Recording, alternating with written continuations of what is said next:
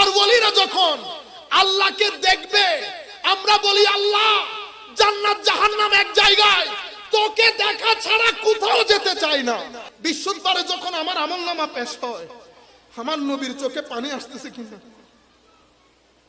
দুনিয়া থেকে চলে গেলাম, একটা শব্দ ব্যয় করতে পারলাম না, যেই শব্দ দেখে আমার নবী বলবে বা উম্মত বা, জবরদস্ত বেটা, জবরদস্ত।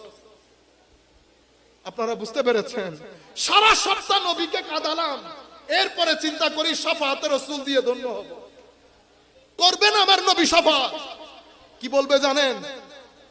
যা যা কেন আইস এবার ফার করাই দাও, এবার ব্যস্ত দি ফেলো, বুঝো তাও ব্যস্ত, তাও দরকার আছে এই বাহেশতে। আমরা তো আল্লাহর দরবার করি, আল্লাহ ব্যস্ত দুজক এটা আপনার রহমতের উপর। দুইটা জিনিস আপনার দরবারে কামনা করব, একটা হচ্ছে কবরের মধ্যে যেন আমার নবী দেখে মুস্কি হাসি দেয়,